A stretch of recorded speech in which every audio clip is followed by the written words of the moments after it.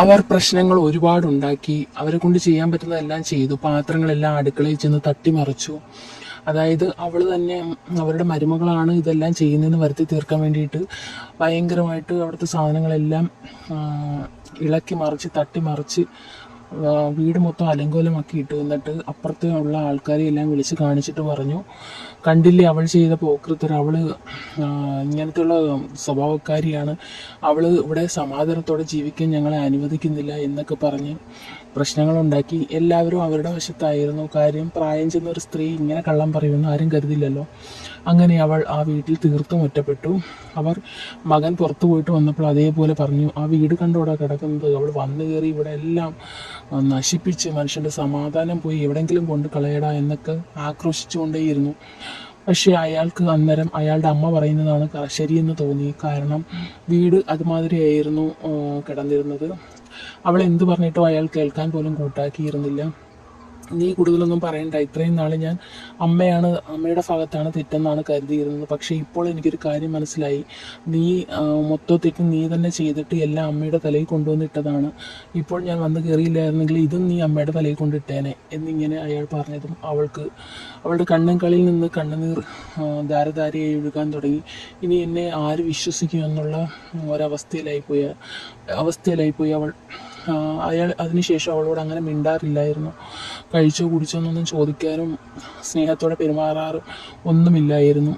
കൊച്ചിനോട് സ്നേഹം കാണിക്കാറുണ്ടായിരുന്നു, പക്ഷേ അവളെ ആരും ആ വീട്ടിൽ മൈൻഡ് ചെയ്തിരുന്നില്ല.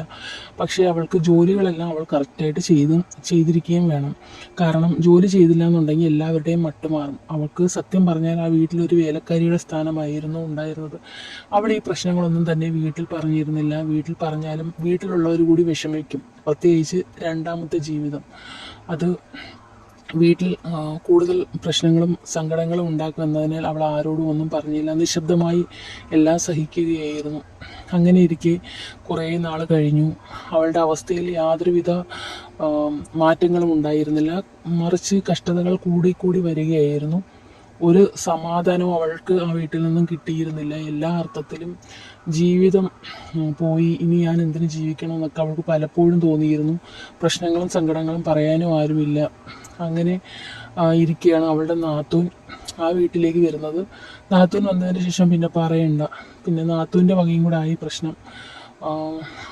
ഓരോ കാര്യത്തിനും നാത്തൂനും കൂടി ശകാരിക്കാൻ തുടങ്ങി.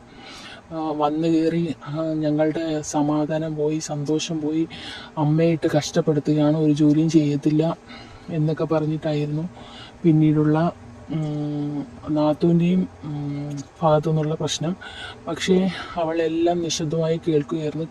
കേൾക്കും തോറും അവൾക്ക് കൂടുതൽ പ്രശ്നങ്ങൾ ഉണ്ടാവുകയായിരുന്നു.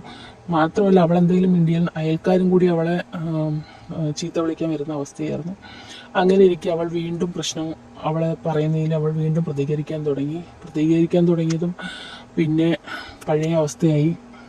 അവൾക്ക് ആ വീട്ടിൽ നിന്നും ഇറങ്ങേണ്ട സാഹചര്യമായിരുന്നു പിന്നീട് ഉണ്ടായിരുന്നത്. കാര്യം എന്ന് വെച്ച് കഴിഞ്ഞാൽ ഇനി അവിടെ നിന്നിട്ട് ഒരു കാര്യവുമില്ല, തൻ്റെ ജീവൻ തന്നെ നഷ്ടപ്പെടും എന്നുള്ള രീതിയിൽ അവൾ കൊച്ചിനെയും കൊണ്ട് ആ വീട്ടിൽ നിന്ന് ഇറങ്ങി.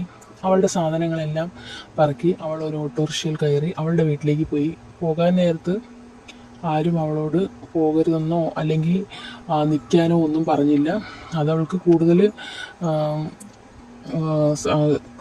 കാര്യമാവുകയാണ് ചെയ്തത്. കാരണം അവൾക്ക് പിന്നീട് അല്ലെങ്കിൽ അവർ പറഞ്ഞിട്ട് പോലും കേൾക്കാതെ ഇറങ്ങിപ്പോയി എന്നൊരു പേരും കൂടി കേൾക്കേണ്ടി വന്നേനെ. പക്ഷെ അന്നേരവും ആരും ഒന്നും മിണ്ടിയില്ല. അവൾ ഇറങ്ങുന്നിടം വരെ ഒരക്ഷരം ആരും പറഞ്ഞില്ല. അതുകൊണ്ട് അവൾക്ക് ഇറങ്ങുന്നതിന് പ്രത്യേകിച്ച് തടസ്സങ്ങളൊന്നും തന്നെ ഇല്ലായിരുന്നു. ഭർത്താവിനും പ്രശ്നമൊന്നുമില്ല, പോകണമെങ്കിൽ പോട്ടെന്നുള്ള മട്ടായിരുന്നു. അങ്ങനെ അവൾ ആ വീട്ടിൽ നിന്ന് ഇറങ്ങി സ്വന്തം വീട്ടിലേക്ക് വന്നു. സ്വന്തം വീട്ടിലേക്ക് വന്നപ്പോൾ ആദ്യമൊക്കെ കുറച്ച് പ്രശ്നം ഉണ്ടായിരുന്നു. എന്തുകൊണ്ട് പറഞ്ഞില്ല, അവിടെ ഇത്രയും പ്രശ്നം ഉണ്ടായിട്ട് എന്തുകൊണ്ട് പറഞ്ഞില്ല എന്നൊക്കെയുള്ള ഒരു വിഷയം ഉണ്ടായിരുന്നെങ്കിലും സ്വന്തം വീട്ടിൽ അവൾക്ക് വേറെ കുഴപ്പങ്ങളൊന്നും ഉണ്ടായിരുന്നില്ല. ഉണ്ടെങ്കിൽ കഴിച്ച്, ഇല്ലെങ്കിൽ ഇല്ല. ആരും അവളോട് ജോലി ചെയ്യാൻ നീ അത് ചെയ്തേ പറ്റത്തുള്ളെന്നോ അല്ലെങ്കിൽ നിനക്ക് ഒത്തിരി നേരം കിടന്നാൽ ഇനി എന്തിന് കിടക്കുന്നു അല്ലെങ്കിൽ എന്തിന് ഫാൻ ഇടുന്നു എന്നുള്ള ചോദ്യങ്ങളോ ഒന്നുമില്ല. കഴിക്കാനില്ലെങ്കിലും കുടിക്കാനില്ലെങ്കിലും സത്യം പറഞ്ഞാൽ അവൾ മനസ്സമാധാനത്തോടെ ഇന്ന് നന്നായിട്ട് ജീവിക്കുന്നുണ്ട്. മാത്രമല്ല ചെറിയൊരു ജോലി അവൾക്ക് അവളുടെ ഒരു കൂട്ടുകാരി ശരിയാക്കി കൊടുത്ത് അവിടെ ജോലിക്കും പോകുന്നുണ്ട്. സമാധാനത്തോടെയും സന്തോഷത്തോടെയും ഇപ്പോൾ അവൾ മുന്നോട്ട് പോയിക്കൊണ്ടിരിക്കുകയാണ്. യാതൊരു പ്രശ്നങ്ങളും അവൾക്ക് ഇല്ല. പിന്നെ രണ്ടാമത്തെ വിവാഹം ത്തിൻ്റെ പരാജയങ്ങൾ, കേസും കാര്യങ്ങളുമായിട്ട് അത് മുമ്പോട്ട് പോയിക്കൊണ്ടിരിക്കുകയാണ്. അങ്ങനെ നിലവിൽ അവൾ ആ ബന്ധനങ്ങളിൽ നിന്നെല്ലാം മോചിതയായി സന്തോഷത്തോടെ ഒരു ജീവിതം മുന്നിൽ കണ്ടുകൊണ്ട് പ്രതീക്ഷയോടെ കുഞ്ഞിനോടൊപ്പം സുഖമായും സന്തോഷമായിട്ടും ജീവിച്ച് പോവുകയാണ്. കഥ നിങ്ങൾക്ക് ഇഷ്ടമായെങ്കിൽ ലൈക്ക് ചെയ്യാനും കമൻറ്റ് ചെയ്യാനും സബ്സ്ക്രൈബ് ചെയ്യാനും മറക്കരുത്.